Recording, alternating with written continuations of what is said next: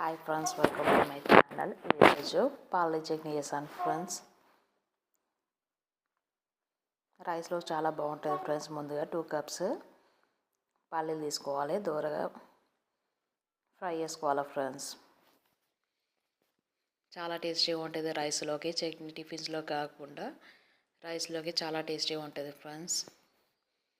ఏమో వెజిటేబుల్స్ లేనప్పుడు ఇట్లా ట్రై చేయండి, టేస్ట్ బాగుంటుంది. మళ్ళీ మళ్ళీ చేయాలనుకుంటారు.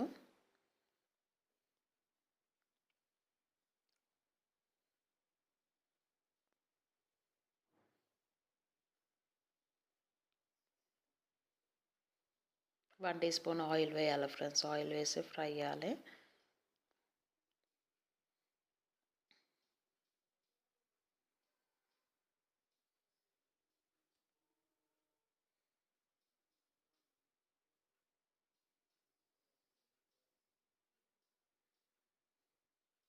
ఈ చట్నీ మా పిల్లలకు చాలా ఇష్టం ఫ్రెండ్స్. పల్లీలు ఫ్రై అయ్యే ప్లేట్లోకి సర్వ్ చేసుకోవాలి. మళ్ళీ 2 స్పూన్స్ ఆయిల్ వేసి తగినంత పచ్చిమిర్చి వేసుకోవాలి ఫ్రెండ్స్.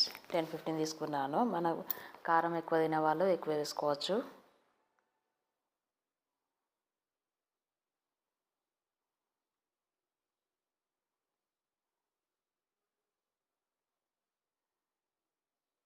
కలుపుతూ ఉండాలి.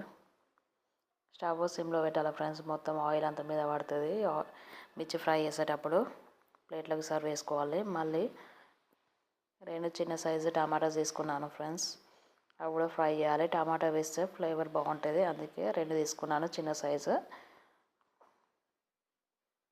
టమాటా ఫ్రై అయ్యాక కొత్తిమీర వేసుకోవాలి. హాఫ్ ఆనియన్ తీసుకున్నాను. నిమ్మకాయ సైజ్ అంతా చింతపండు ఒక బౌల్లో వాటర్ పోసి పెట్టుకోవాలి ఫ్రెండ్స్.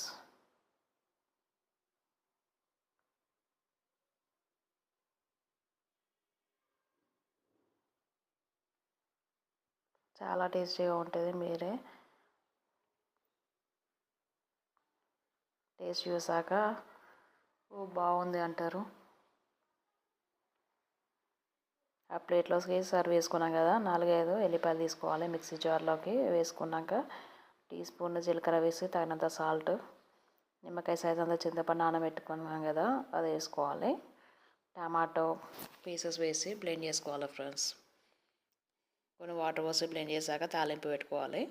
స్టవ్ ఆన్ చేసి 2 స్పూన్స్ ఆయిల్ వేసుకొని ఆయిల్ హీట్ అయ్యాక ఎండుమిర్చి 2, ఆవాలు, జీలకర్ర, మినపప్పు, శనగపప్పు వేసి కరివేపాకు వేసి స్టవ్ ఆఫ్ చేసుకోవాలి. తాలింపు పెడితేనే చట్నీ టేస్ట్ ఉంటుంది.